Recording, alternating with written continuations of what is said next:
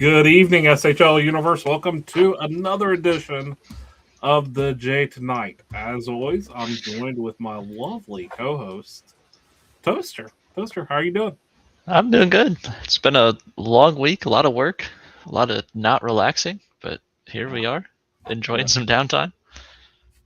I feel the long week. It's been a very rough week. Uh, have some health issues to take care of, but it's wore me down. So it's been a tough one. Doing better now. Hopefully, we'll get some viewers in here. I do have the trivia question ready to go. Trying not to put it up during the intro scene just so that we get as many people in here for it as possible. It's a fun one, and it goes along with what we're going to talk about tonight. So, It is so fun. I saw it. I feel it'll be a Yeah, good one to my show. go. Easy to find if you know where to look. Easy to find. So Very tonight's easy. trivia question for 200K SHL dollars is: who was the first to create? Was it me or was it Toaster? So we both came in. Everybody knows we came in the same draft class. That's kind of how we have gotten together. But um, who created first? I feel like that's a good one to do tonight. So busy week. My son chirping me in the chat already. I That's saw fun. that. But Toast was here before you, right? Oh yeah, way before. Yeah, Toast, and then Toaster came along. So He's ancient. the toast came before the toaster. Figure that one out. So yeah, something I'd like to talk about. Um, got a guess for toaster. Guess for toaster. So I can't do the lower third because it's just going to take it away from anytime somebody comments. Yeah. So those are the guesses. I'm gonna wait until we get another one in, and we'll go from there. Chicken or the egg? That's like audition. Toaster. Um, Something I do want to talk about before we get too deep into this episode, just so I remember. I know when we first started the show, Mm-hmm. we like midway through the season, we wanted to do a year wrap up of media, which it was really cool to see the SHL wraps that Yeah. um, they were doing on the media with the podcasting, the media, and all that. Um, but when we did it, we wanted to do kind of the best media of the season is what we were wanting to do. We got a couple entries, but not enough to really make it to where we were able to pick something without it just being a one-off. Mhm. So if you'd like to do it with me, which you don't have to, I have enough money to do it.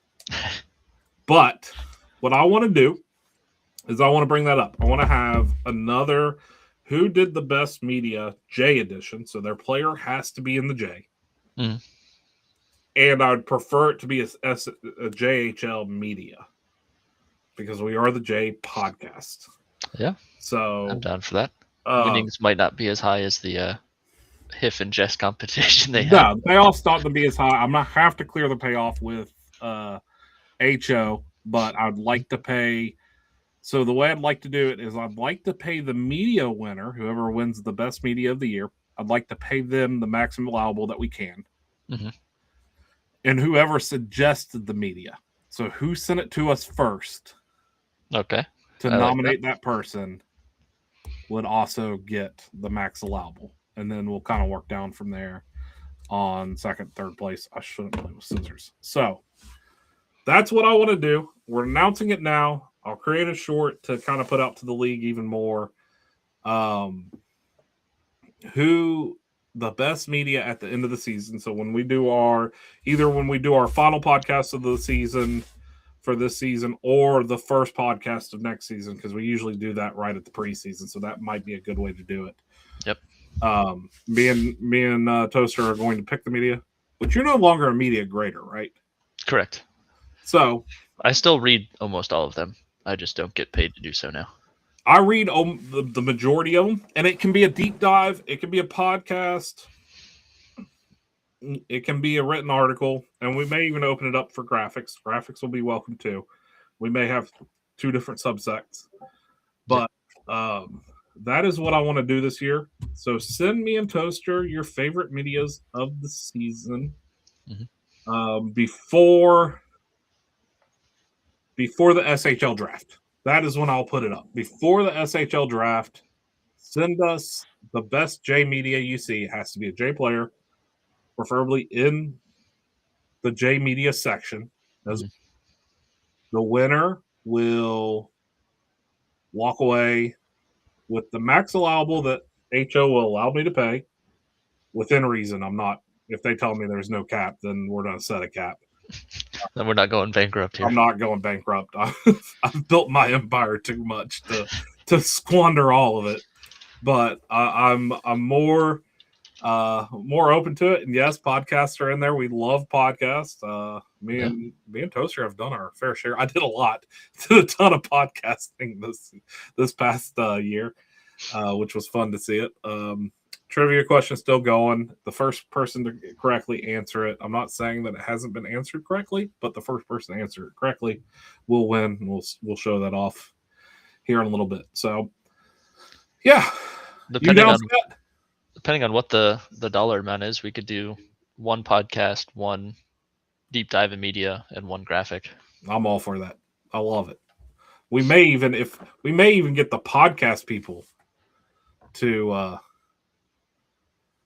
I had 0 GM funds last year, so I'm good. I'm clear on the GM funds. I haven't even got GM fund this year. I took 1 to start the season, so that's nice. Yeah, Toaster, you lost how much? You lost $2 million. Yeah, that's not bad. I lost $2 million my first season too. I don't even notice the GM pay going into my bank account. But I will say, it's because you're rich. Man, seeing the fine for illegal tactics, I can afford that fine. I won't do it, but I can afford that fine. That was a very low fine. So yeah, let's go into our segment. So our first segment is going to be us basically being old people and reminiscing. Oh boy, is what it's going to be. I'm not going to answer the trivia question yet until enough people get it. So again, who was the first to create, me or Toaster? The winner will get 200K SHL bucks. So the fine is only for first offenders. I haven't done it yet, so there you go. I match up for the first offenders. Just gotta pick your moment. You gotta pick when I first do it. We do not. I probably would get a 2-season suspension, and that's more than welcomed.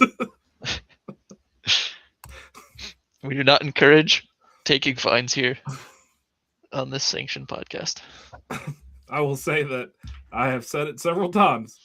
I do not notice my GM pay going in. I make more money in other areas of the league. So I'm perfectly fine losing GM-ness.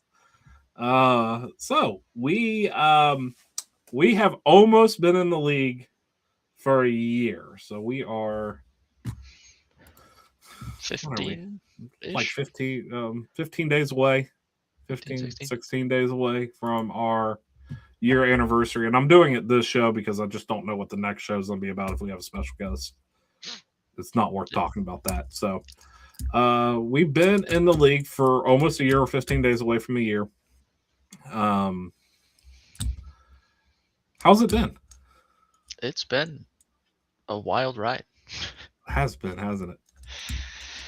Didn't expect it to turn into what it's turned into when I first joined. No. When I can honestly say that when I joined, if you would have told me everything that I would be doing in the league, I would have laughed at you. I think even in my interviews, I said that I wasn't going to get that involved. And same. I was like, I'll write some media. Yeah. The media seemed to be the easiest thing to do. And I just recently wrote another media article.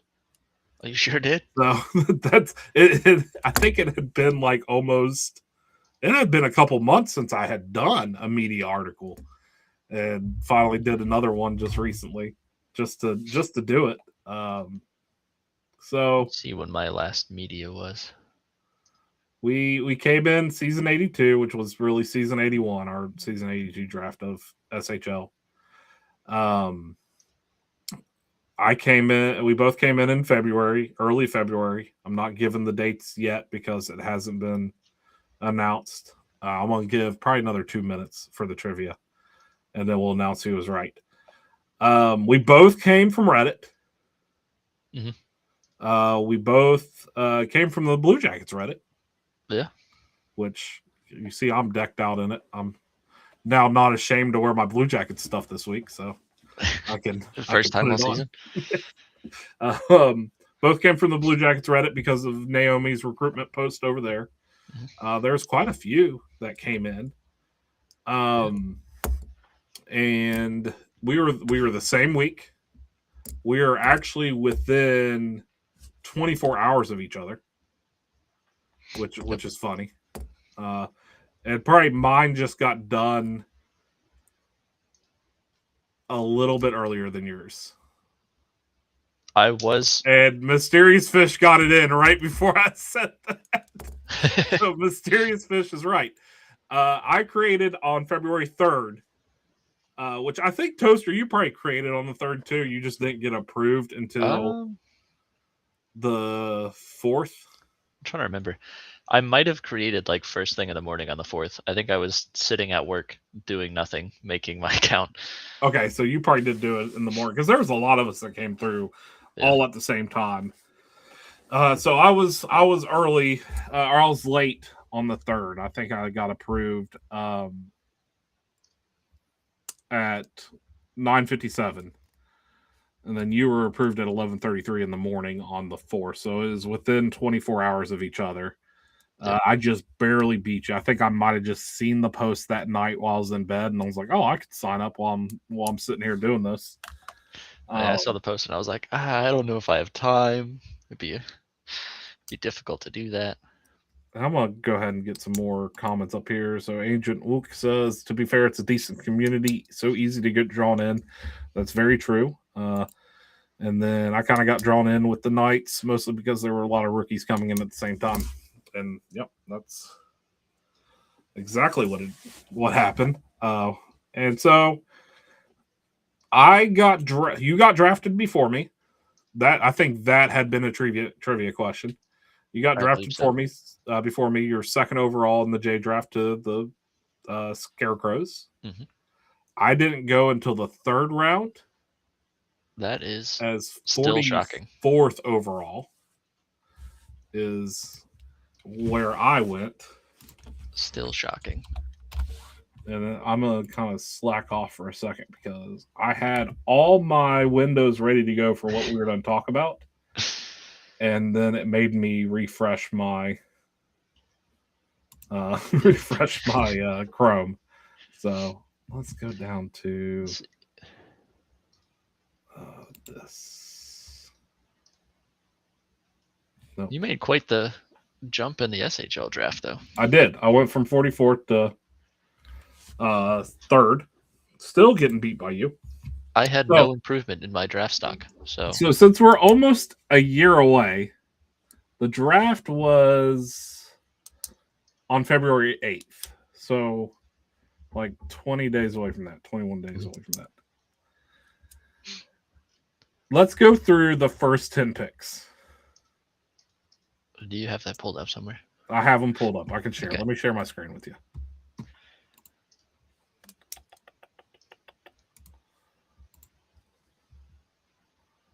Okay.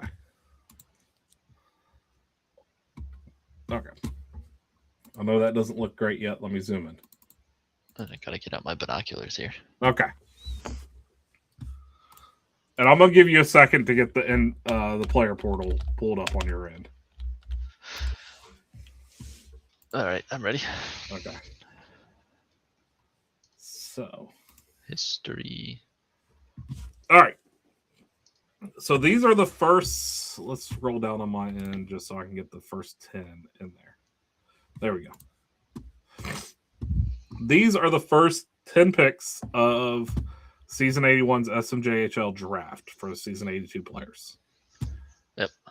So, first overall went to Thurston Bull, who is Captain Cooper. He's the Texas Renegades GM. Mm-hmm. I think everybody knew he was going first.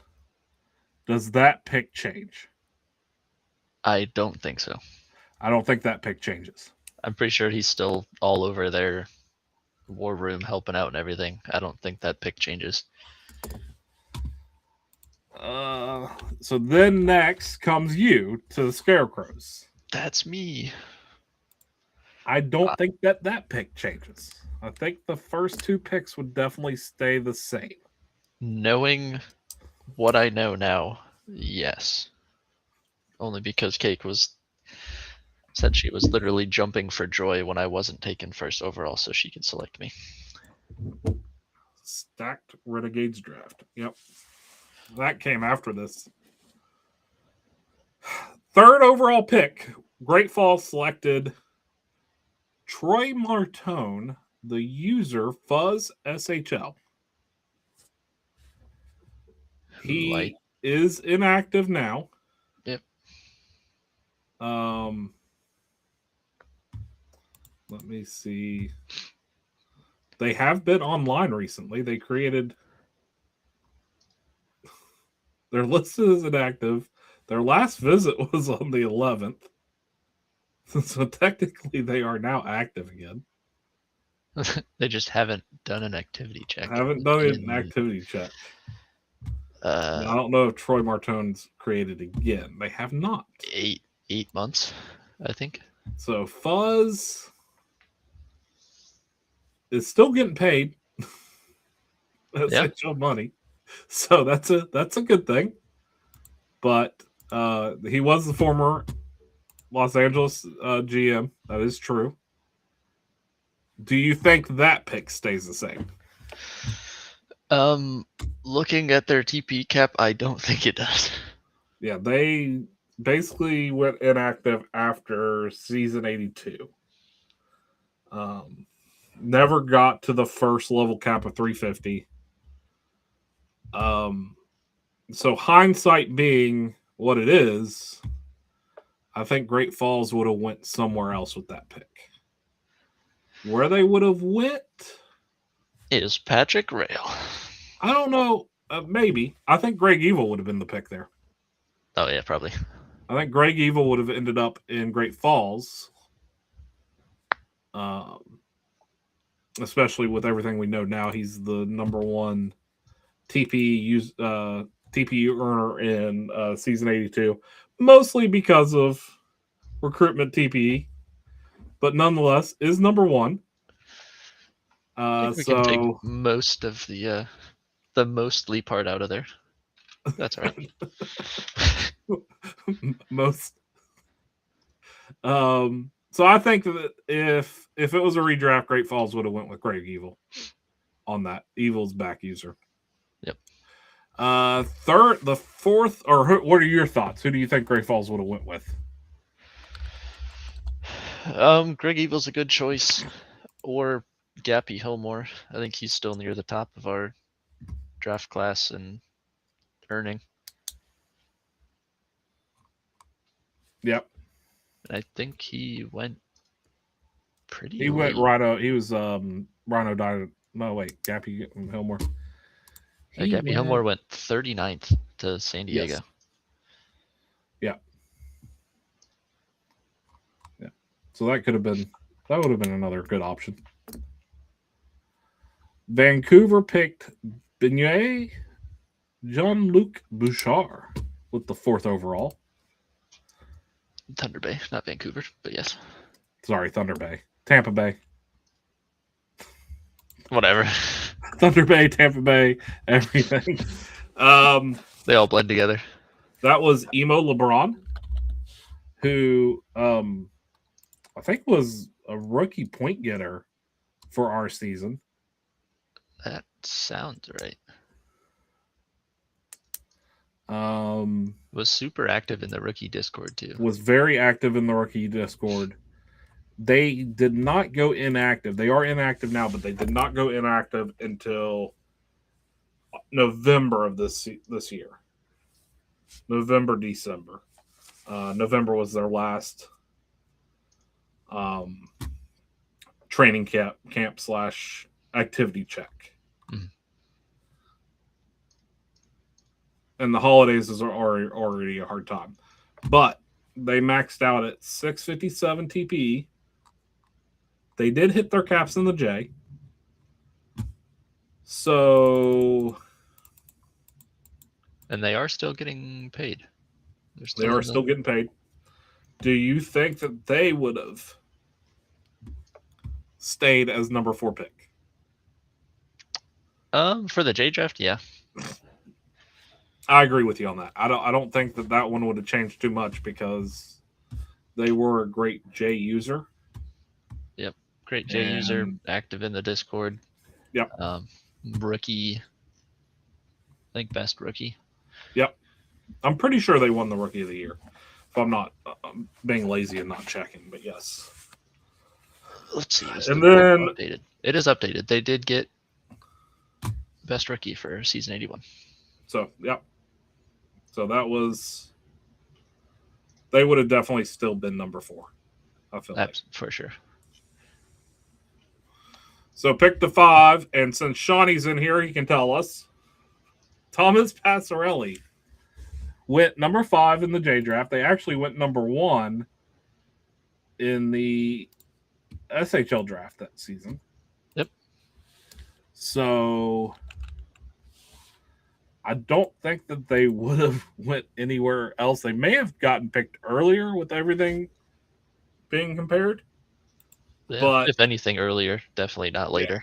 Yeah, that was a home run pick by Shawnee to get them at 5th overall.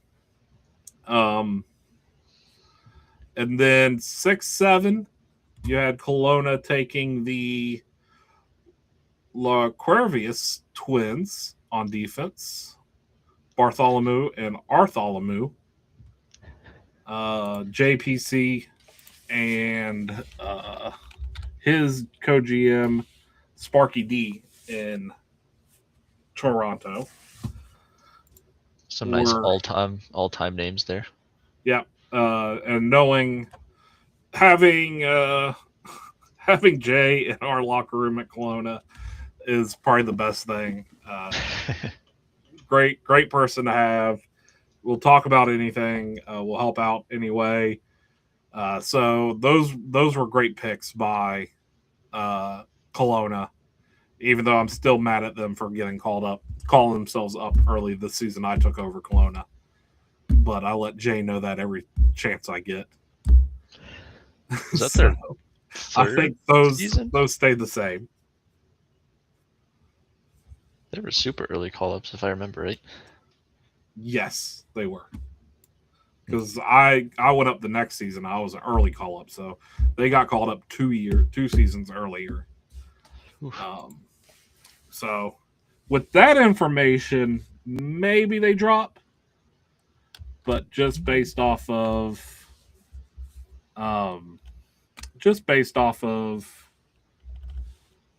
userness in the locker room, I don't think that they drop. Yeah, user quality, there's very little chance they drop there. And then 8-9, Carolina Kraken selected Erkki Kyla. I'm going to say that's right. Erkki Kyla. And Ryan Dino Nugget Hopkins for their 8th and 9th pick. Both of them still active. Erkki is user Zenny. And Ryan Dino Nugget Hopkins is user RLG 91, who went pretty early in the SHL draft as well. Yep, 4th overall, I believe. 4th overall to Hamilton, whereas Erkki, as I'm navigating these profiles, now the portal's going to give up on me. They went second round 26 to Winnipeg. Winnipeg. Yeah. So they dropped based off of just how much that class earned, but they're still active. They're one of the lower active ones, sitting at 856 TPE. Yeah. But 7 also got them onto Cincinnati too. So I think it was more of a comfort pick. So I don't think that either of those picks change. Maybe all. flip Maybe, 8-9, yeah. but I think they both still end up in Carolina. Maybe Carolina doesn't trade up for them with everything considered, but because they have it, I think that they take them anyways. And then that brings us to pick 10. Wilhelm Cedar, Lord Birdman. Well, West Virginia comes out sometimes. Who went to Colorado Rapids or Colorado Raptors at the 10, and then was drafted in the SHL at second round, pick 24. Still an active user, sitting at 982 TPE. Good bank account still, just consistently earning. So, don't know much about the Colorado Raptors locker room, but wouldn't be surprised if that pick stayed the same either. Maybe they may have switched. No, I'm not even going to say that one either. But maybe a Colonel Saunders sneaking up there. Maybe a Colonel Saunders kind of sneaks up a little bit earlier there into that one. Imagine a league where Colonel Saunders isn't in Nevada. That's crazy to think about. That is. That's a weird scenario on that one. And but really, I think the picks that would change the most are after pick 10. Yeah, I think Great Falls again. I don't know if they go for. Kelly McMahon may have been their third overall pick. Pick number 11, he's a 906 TPE. Still a good bank account. Ended up getting drafted by Montreal in the first round at pick 18. So I think he may have been a better third overall pick for them. Yeah. Pick 12, Hunter Cross. Names Monday. Friends with Colonel Saunders. They are now inactive since October. 534 TPE, negative bank account. They went round 3 to New England, who still didn't revive them. So that may have been Colonel Saunders staying at Nevada. Or if we're going to stick with the Nevada pick in that situation, it may have been maybe somebody like Oscar Svengard or Blue Dog. Yeah, very solid. Bumping up to there, who's a 1211 TPE user and is, from all things considered, very beloved in the Nevada locker room as well. So that pick may have been that. Then Evil Jordan Humphreys, I think, changes. Are they still active? They are not. They ended up. So the reason why I say that, Gabe actually, it's Gabe's player. They retired because they took over the Pride in the SHL. Mm. So they ended up needing to retire. They capped out at 759, but they would have probably. Let's see when they retired. They retired.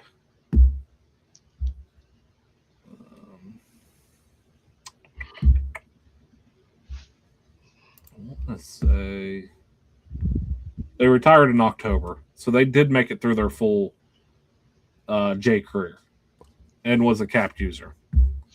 So that one may have stayed the same too. Yeah, I don't see that one changing. The big one that changes is Matthew Pano, who went 14th overall to the Armada. They became inactive their second season, capped out at 326 TPE with 1 million in the bank. Last time they were active was May of the past year. I think that's where Armada may have drafted me. Yeah. On hindsight. Boone Breakaway. A fellow Texas Renegade. He's still in Texas. I think that's still a good pick for maybe a little lower, but 950 TPE. Still earning, still pretty consistent. Was pick number 20 in the SHL draft by the Texas Renegades. Rounded out that first round of what, Might as well 4? finish it. Johan, who's anywhere sounds nice, is still an active user, sitting at 1205 TPE, one of the top in the class too. Playing on Baltimore. Was drafted first round, pick 8 for Baltimore. That pick would have stayed the same, no doubt about it. No, yeah. So, not much difference. The GMs did a really good job on the draft.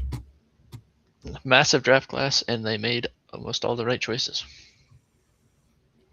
Yep. So, seems so long ago. It does. It's been a year. it's been a year. So, really cool to see. Get us back up here. So that's our recap of the season 81 year recap. Because by the time we get to the year, we're going to be in the playoffs, and we're not going to want to talk about that. So yeah, it's a good time to do it. Well, some of us might be in the playoffs. With all things considered, would you still do the podcast today? Oh yeah. Probably the best thing we did was one of the better choices I've made. It's been fun. Like I always reminisce on it. I just remember sitting watching the draft when I was out on a daddy-daughter date to see where I got picked, and just getting mad that I was dropping lower and lower. You're like, come on, I want to put the phone away. Somebody picked me already. Put the phone away so I can have a fun night. But dedication right there. Overall, it was really good.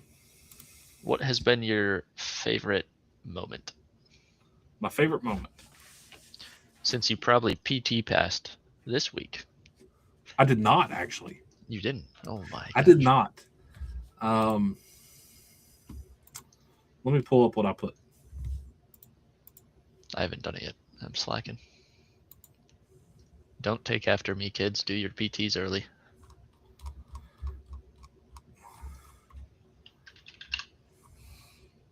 Hot dog, thanks for the shout out in yours. That's always fun. I actually did my PT this week just because I wanted to. Sometimes. So what I put in there, and it's just so fresh in mind, was the card giveaway that I did with Luke on here. It was just a really fun time. I've always enjoyed Christmas. It's always been one of my favorite times of the year. And I'm big into making my kids understand that it's not just about what they're getting, even though as a kid, that's all you're worried about. You know, me and my son's done Angel Tree ever since he's been 3. Now we're getting my daughter involved in it. So my whole thing has always been, as much as I can give back to the community that I live in is what I want to do. And I do that with my work as well. It's as much as I can give back of myself. And I think Christmas is more about giving than receiving. Mm-hmm. And so just being able to do that at this community was fun. I didn't know any other way that we could give back in a fun way. Everybody wants SHL dollars, but I felt like the cards were kind of a fun trick on it, and I look forward to us doing it again. I'd love to keep that going. Yeah, hopefully I can actually partake next time. Yes, I think that's the only part that wasn't fun. Is I knew that you would have loved that episode too. You would have had a blast with it.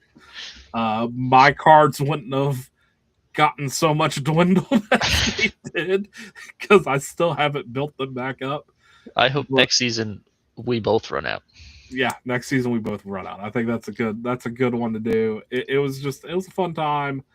But like just locker room stuff. I mean, even as a GM right now, my favorite thing is just the stuff that he's in the chat right now. I'm not saying it because they're in the chat, but just because it's true. You know, Drill, Dame, Homer Crady's, Six. We just have a really good group in Kelowna that when a joke starts getting going, it just makes it a lot of fun and everybody kind of joins in on it. And then it somehow ends up in Homer's meme, just somewhere in the meme. So it's just been fun being. That'd probably be my favorite thing about GMing. And then just the Texas locker room. We have such a good group over in Texas that the locker room is a blast, and everybody talks. Everybody posts stuff. Just Almost overall, our whole draft class. It's just been a blast. So, those three things. This podcast, being in the Kelowna locker room right now, and being in the Texas locker room has been my favorite things. So, what about you? Winning the cup's not. Winning the cups is a good answer. I'm not going to be mad about that. Yeah, it was.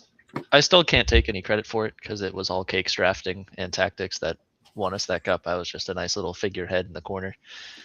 But the way the locker room was after the first one, and then after the second one too, had alumni back in there, and it was a great time. Obviously the podcast, always enjoy doing that. Won't say the Texas locker room because you already stole that one there. And favorite player moment. I'm basically just writing my PT right now. Can I upload this as my PT? You should. You should just screenshot it and upload it and be like, yep, this is what I'm doing. Put the subtitles in there. Player moment. Probably rookie of the year. Following Cake's footsteps, winning rookie of the year with that nice close race with fellow rookie Ronnie. Yeah. Which I'm very grateful to win that award that you and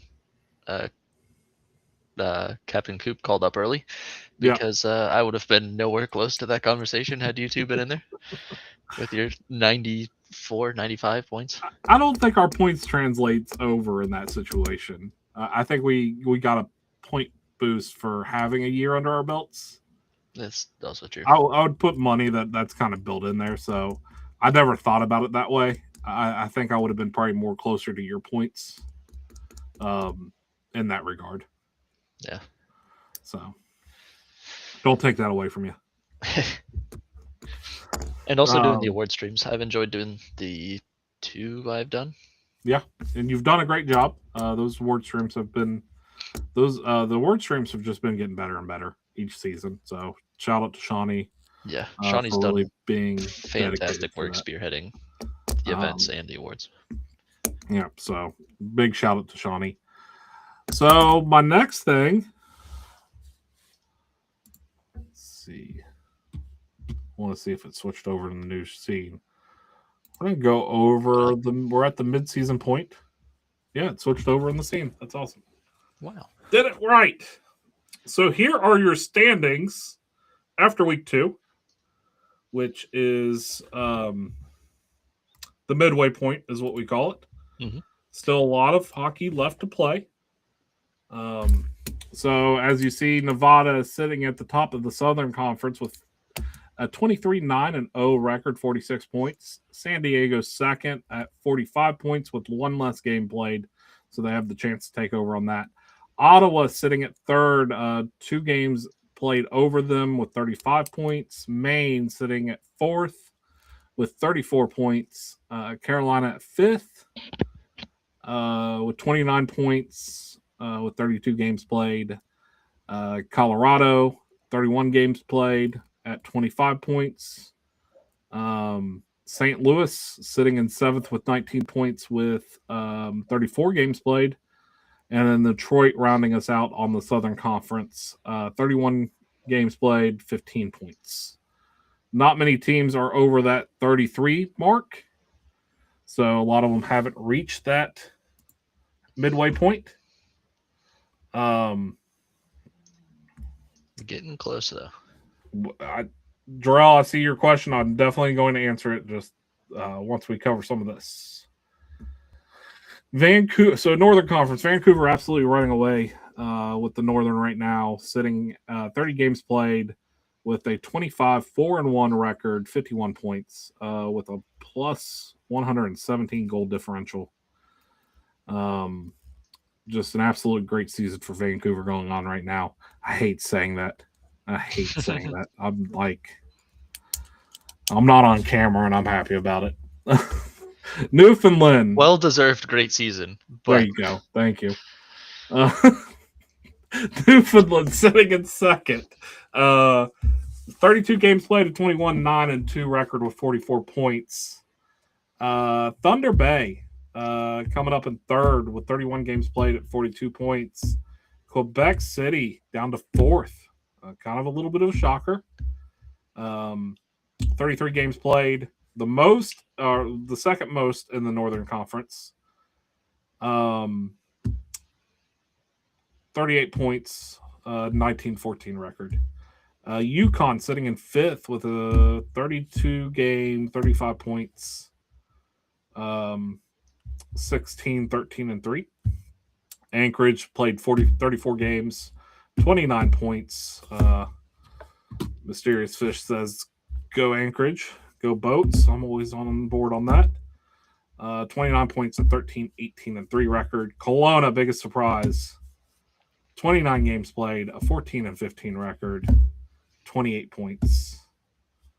And then coming down, last place is Great Falls with 30 games played, a 10-20 record. So, I'll get us back up on the screen. There we are. Biggest shock there? Yep. Quebec. Go ahead. Let's talk about it. I'm all on board. Quebec. After the dominance with all of their rookies, now that their rookies are aged up a little bit, no, that's not where I thought you were going. So, all right, go ahead. Continue. I'm not gonna. I'm going to in a second. Okay. Yeah, would have expected them to stay. Granted, they're still in the top four, but did not want to maximize myself. There you are. Yeah. Would have expected them to be a little bit higher up with their performance. What are you doing? I'm just moving stuff. Go on. Sorry. I'm having fun with the program. All right. Yeah. Go ahead. Sorry. I was like, I need that. I don't have mine pulled up. There we go. Now we're good. Found the button. We're good. Can't see. Put it. Whatever. It's fine. Can't see the team names. That's fine. Slide that over. I'm not. Yeah. Go ahead. Technical difficulties. Whatever. Quebec City, didn't expect them to be fourth in their conference, but still right in there with it. Don't expect them to go away easily. I can't get the team names on there. I'm trying. Close enough. Yeah, close enough. You go even bigger. No. Is your surprise the Kelowna Knights? Yeah, mine's going to be the Kelowna Knights. There we go. It's about as much as I can get. So. I like how you can round the edges of it. I know, right? Nice touch. I'm just messing with stuff on this now. So Kelowna Knights, I want to say, looking at it, I mean, I haven't paid attention to it as much standings-wise. I mean, I knew our records. I'm doing tactics every day, looking at stuff. I will say that seeing us as seventh kind of shocks me because I just haven't looked at the standings. not as upset because we've played the least amount of games as anybody. Mhm. I mean, we have 5 games in hand over Anchorage. We win one of those 5s, we're in 6. We have 3 games in hand over UConn. We'd be 1 point below UConn in 5th if we won all those games. So games in hand, it kind of makes a difference. The goal differential, as Jarrell pointed out, is kind of crazy. Everybody is kind of in the negatives from 5 below. We're in the positives. It's just the stretch of games that we've been given. We've already played all of our games against Vancouver. We've already played all of our games against Newfoundland. A lot of back-to-backs, even with short amount of games to play, which just doesn't make sense to me. So stamina issues kind of plays a role into it. And I mean, the games, there's looking at the charting and stuff that I've been doing, the games that we've lost should be a completely different record just based off of I mean, what Ramen was on here talking about, when you look at time of possession numbers, when you look at giveaways, takeaways, we're winning those battles in the game along with shot qualities, along with shots, and then we're losing the game. It just some of the stuff there's thought process behind it, and I'm glad I have a good group of people that I'm able to go back and kind of talk to and talk through stuff. Because some of the losses are on me. FHM, you can't countering a team without a live sim doesn't really do you too much good because the live sim tactics are completely different than the sim tactics. So it kind of hurts you in some aspects, and I think that those games against Newfoundland and Vancouver kind of show that for us. Should have just played what we were doing and just kind of made a bad change. But I mean, we're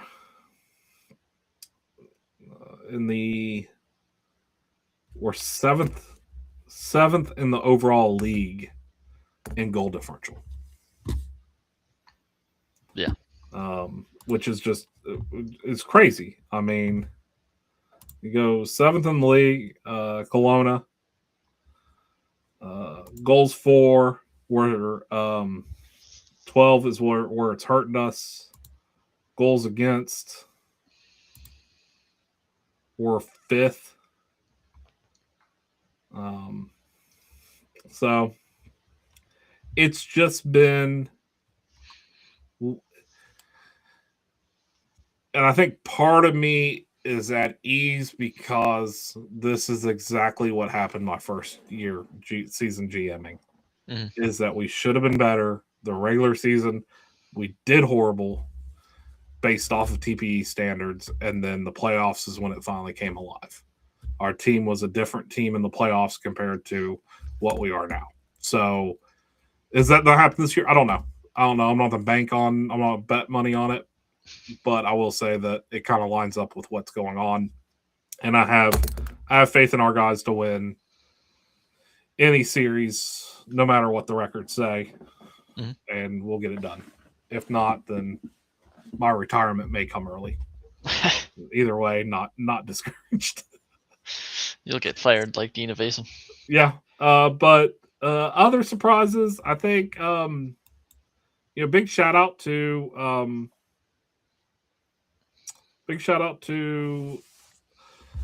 Anchorage first season GM. They're in a rebuild.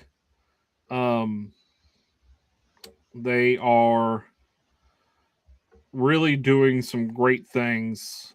Sinister. I was trying to remember the name. Sinister. They're doing some great things in Anchorage. 6 is great for Anchorage. And the last couple sims have been really, really good for them. So shout out to Anchorage. Also on new GMs, we do have 2. We have a new GM in Great Falls. Jess took over Great Falls, and Corey is the co-GM there, and they're in the middle of a rebuild, so kind of chugging along on that. Some new old faces there. Yep, some new old faces. That's the best way to put it. Slicer says, "How about the that rookie point leader though? Pretty cool." I'm gonna guess that's Slicer. And so I'm actually gonna get into the leaders here. So Anytime still leading the way in goals with 33. Make sure that 33 goals. Anytime second, Logan Wright out of Newfoundland, and Rocky Rayner out of San Diego sitting at third. Assist Toivu Kosonen Jr. sitting with 39 assists. Toivu taking over the league.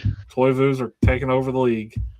Arthur Emery's with 36 from QCC, and Pride Tape 31 from QCC, rounding out the top 3. Point leader Toivu Kosonen Jr. with 58 points. 8 over the next 3, which are Anytime out of QCC, Logan Wright out of QCC. Oh, sorry, Logan Wright out of Newfoundland. Why did you stop me on that? I'm having a day today. I'm at it. Zooming in too, so people can see how bad I'm mispronouncing stuff. Not that much. Right. Perfect. Anytime out of QCC, Logan Wright out of Newfoundland, and David Volek out of Vancouver, all with 50 points. Plus minus, it's Vancouver. I mean, top team in the league. As expected. It's going to be Vancouver, so. David Volek leading in plus minus with plus 50. Shots. Jimmy Fournier. I got a message. Nope, never mind. Got him. Jimmy Fournier with 122 shots. Anytime with 118. And Lily Frostpedal with 114. Shot percentage. I'm not going to read much into that, West Doug's. With the 50%, I don't know if they're still playing or not, or how much they've played. Anthony McFarland with 33.33% out of Thunder Bay, and Alexander Ovechkin with a 28% shot percentage out of Great Falls. On brand. Hits, two-way tie for hits. Cameron Squires out of Nevada, and Dominic Yankov out of Maine with 127. Third place goes to Alexander's Jakovlev with 122. There's been 2 fights. Axel Akerson has won one, and Jackson De La Cruz won the other. Penalty minutes. Shooter Quick Hands out of Ottawa with 38. Quill out of Detroit with 36. And Jason Bartholomew and Oliver Pike tied at third. Jason out of Maine, Oliver out of Carolina with 33. Shots blocked. Go for it, Toaster. No. Waladek Brzekzakwix with 114 shots blocked. Out of St. Louis, you should have had that. That was your team. You're the co-GM. Know how to pronounce it. He's posted it a couple times in the chat. I'm like, that's going in one ear, not the other. I would say something, but they would be considered. Yeah, anyways, tampering. Wreck-It Ralph, 104 shots blocked out of Carolina. And then we have a tie for third, Mustrom Riguli out of Nevada, and Gary Winters out of Newfoundland with 95. Power play goals tied for first Anytime out of QCC, and Cole out of St. Louis with 9. Casey Carlson out of Colorado with 8. Shorthanded goals, 5 people tied for first. Midlife Crisis out of Anchorage. Jimmy Fournier out of Ottawa. Eli Betty out of Nevada, Logan Wright out of Newfoundland, and Nice Pants out of Thunder Bay. 3 each. There's a question for you. I'm about to. Toaster said, great idea. We're Going doing to. it. And then moving over to goalies. Wins. There's a 4-way tie for first. Deliner Colin with 17, Nicholas Lundberg with 17, Puck Norris with 17, Zahir Zilliams with 17, Colin out of Maine, Nicholas out of Vancouver, Puck out of QCC, Zahir out of Newfoundland. All with 17. Losses. Delir Colin with 19 losses. And out of Maine, Kevin Broadway out of St. Louis with 18. Abigail Goetz out of Colorado with 15. Overtime losses, Victor von Stauffenberg with 4 out of Ottawa. Dominic Turek and Kevin Broadway tied for second with 3. Out of Anchorage and St. Louis, respectively. Goals against, Kevin Broadway out of St. Louis with 138 goals against. Deliner Colin out of Maine with 126, and Victor von Stauffenberg with 117 out of Ottawa. I think Go Kevin ahead. Broadway might have more goals against than Vancouver has allowed total. Which is crazy. Wait. 1, 2, 3, 4, 5, 6, 7, 8, 9. 9 teams have less goals against. Rough start there for him in St. Louis, but not unexpected. Goals against average, we have Christian St. Pierre with a 1.97 out of Vancouver. Galumphus Sill with a 2.21 out of Ottawa. And Nicholas Lundberg out of Vancouver with 2.27. Going over to goals saved above average, Delinier Colin with 18.44 goals saved above average. Nicholas Lundberg with 15.82 out of Vancouver. And Young P. Ush with 12.43 out of Thunder Bay. Delinier Colin has had 1,033 saves. Kevin Broadway has had 938. And Victor von Stauffenberg with 744. Save percentage. Galumphus Seal with a 933 save percentage. Nicholas Lundberg out of Galumphus is out of Ottawa. Nicholas out of Vancouver has a 908. And Campanella and Giovanni out of Nevada with a 903. Shutouts. Nicholas Lundberg with 4 shutouts out of Vancouver. Delanier Colin with 3 and Colton with 3 out of Maine and Carolina, respectively. And then that's no surprise to Colin playing all the games, 36. That poor rookie is getting his time in. So yeah. Anything else you want to cover on this season? I'm just sorting by rookies here. Rookie goal leader. Thanks for doing that. Frekia Regolo on the walleye with 19. There you go. And let's see. Assist rookie leader is also your rookie points leader. Ryder Hollack II on the Berserkers. Okay. With 30 assists and 41 points. I think he had some bonus time on the Malamutes last season, creating after the deadline, but that's all right.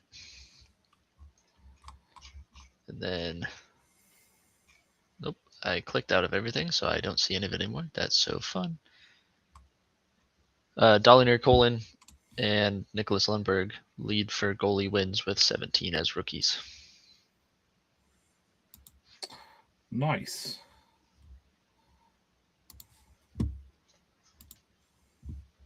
Sorry, I was hunting for our next thing.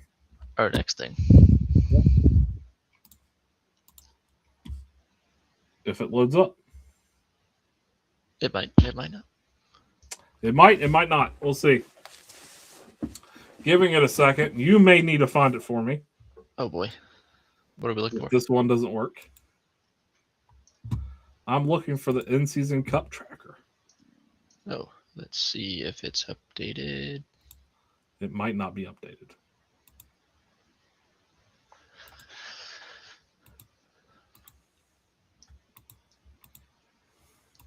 There we go. I have it. All right, go ahead and share your screen. I'll let you share. How do I do this? There we go. Oh, wait, before we get into that, before you share your screen, let's answer Joro's question because Okay. I just remembered that he had asked it. Let's get back to it. Going back to it.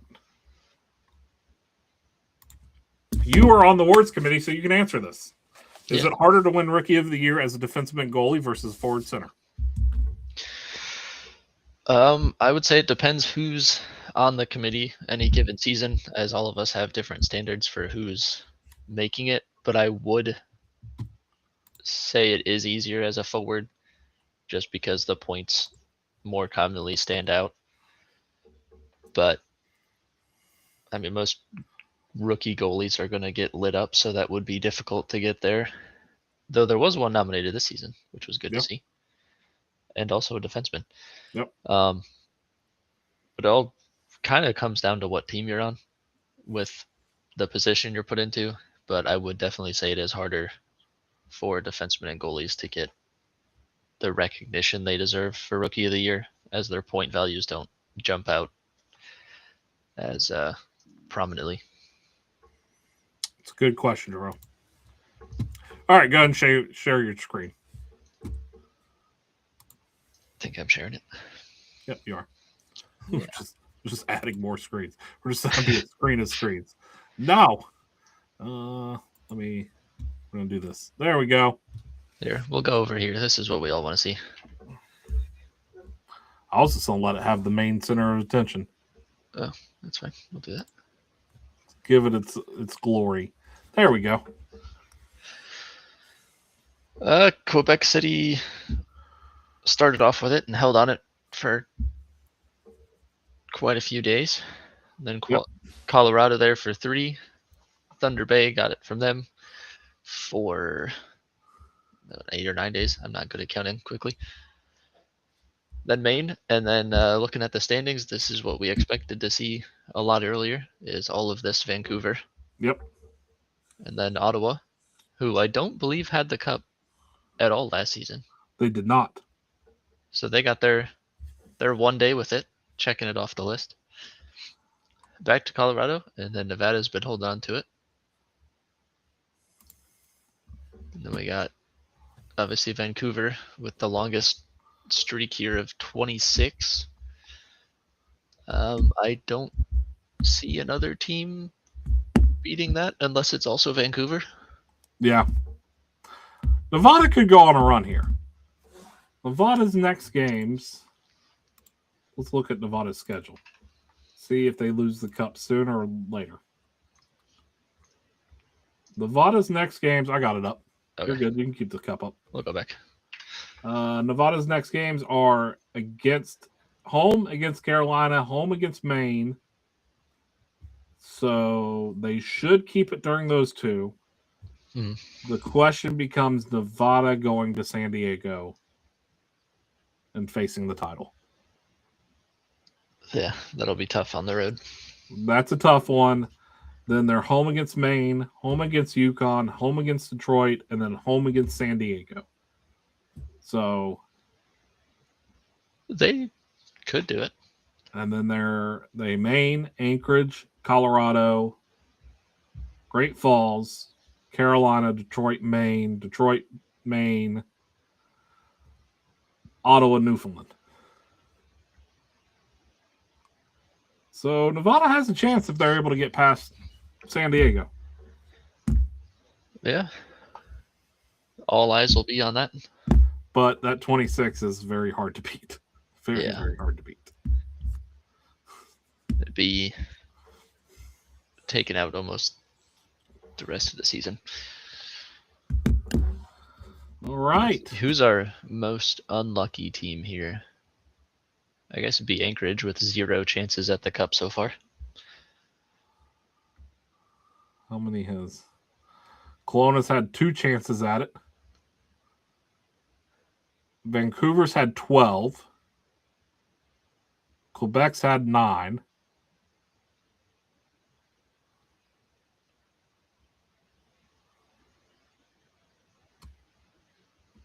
I believe if they have the Cup and they play a game, it counts as a chance to win it. Do you think? Here's my question. I love G-Hams, everything you do with the Cup. This is not me picking at it at all. At all. I want to preface that with it. Should it be days with the Cup or games with the Cup?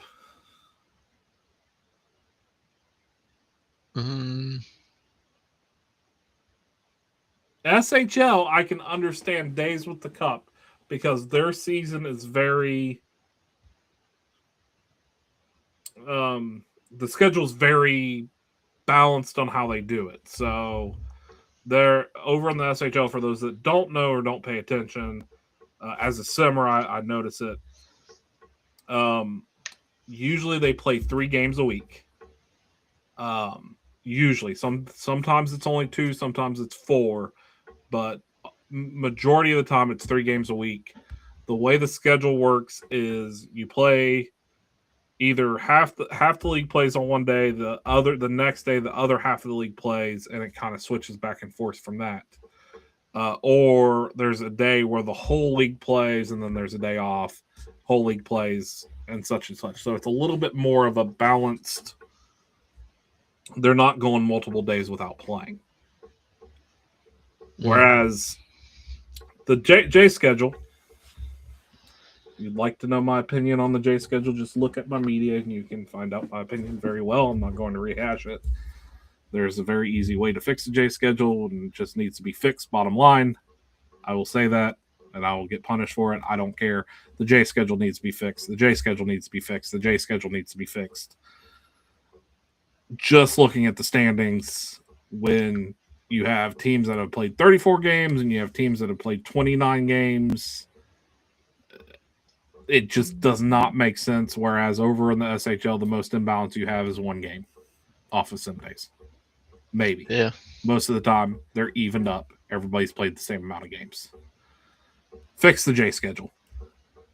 Long story short. J schedule. I'm just saying that. Fix the J schedule. And until they fix the J schedule, my opinion is it shouldn't be days with the Cup. It should be games with the Cup. But you don't have to agree with me. I'm just asking. I went on a long tirade on that. That is a tough one. But to make it nice and easy on the background, obviously, it has to be the same for both. But no, I agree. I agree with that. It does seem a little unfair to some of the J teams where they have 3 games in 4 days, and then other teams will have off for 6 days over that span with the Cup. But, yeah. I don't know. Very solid arguments to be made there on both sides. Let's check our global standings. Yep, go ahead and go over the standings. We got Vancouver, 26 days with the Cup, 30 points. Quebec at 14, 27 points. Thunder Bay, 8 days, gets the 24. Colorado, Nevada, tied with 7. That will change here very quickly. 22 points. Maine with 3, 19 points. Ottawa with 1 for 18 points.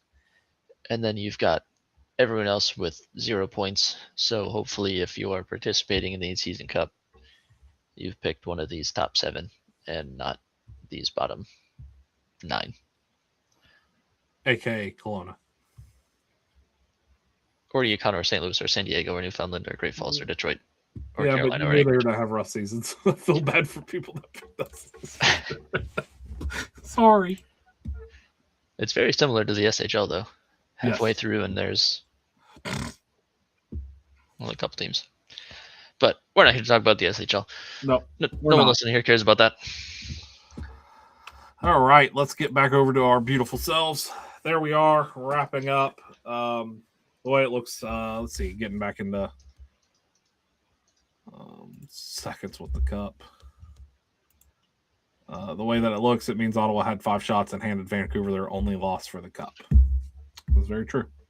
Yeah. Yeah, I mean, I don't want to rehash it constantly, but I will. Bottom 7 with no points could end up with the cup at the end, and you might get paid. That is true. Yeah. That there is always that payout. Who knows who ends with the cup? It's all speculation. I believe 2 seasons ago that happened. Yeah. In the SHL at least. So, yeah, I think that's a good episode for us. We're only over by 10 minutes. I feel like that's good overall for us. Again, shout out, congrats to Jess and Core on being GM and co-GM of Great Falls. Get us again, just a reminder for those that weren't here in the beginning, we are going to run a media contest pending HO approval. Don't know if I'll get it now, Toaster. You may have to go to HO for approval. you're the nice guy on it. We're going to pay out for the best media for a J player, and we'll also pay out for whoever nominates them first. So we want people getting recognized for the media and the stuff posted on the website. Depending on how many there are, might do media and graphics. Yep. And that's what makes the website great. Media is what really makes the website great. A lot of good stuff. I know me and you read almost everything that comes through. I mean, that's always my thing. I go into news and just kind of check what's going on and read it. So I really want to reward people for putting in work and doing something fun. So that's what we're going to do. I'm still gonna stick on. I'm gonna stick on my. I'm staying on this. Please, for season 87, change the J schedule. Please change it. Let's. I will back off the grave of TPE adjustments. I'll back off the grave of so many other things.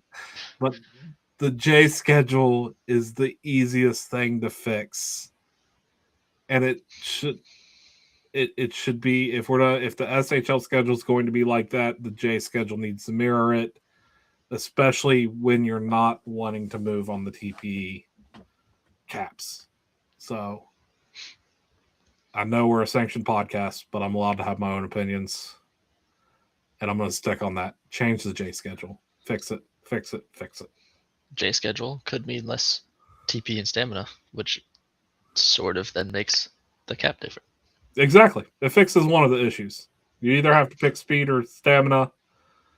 Right now, FHM10 rewards speed more than stamina, but the stamina kills you. I mean, I sit there and say we only played 29 games at the midway point, but that also scares me because that means that we're playing, 37 games remaining. So yep. It's a difference. So, Toaster, any final thoughts? If you want to help rookies, go apply for the head rookie mentor spot. Yes, go apply for the mentor spot. Rookies need all the mentoring they can get. The JGMs do a good job of it. The mentors that they have now do a great job of it. So apply for it. Let me get you guys the dates on when that's due. Unless you have it up before me. Apps will close Wednesday, January 21st. But that's for the head rookie mentor. Yep. So reach out to Shawnee, Wannabe Finn, or Jess. Yeah. So all right, well, my daughter's in here playing music, so that's my wrap-up music. Any fun? I'll end it as I always do. Thank you guys for watching. We love you. Hope you have a great week, and we will see you next time. We love you, and shout out again, Enigmatic, for making the SMJHL cards. They're so nice. Yes, thank you, Enigmatic. That's why you did it, was to get me to mispronounce it.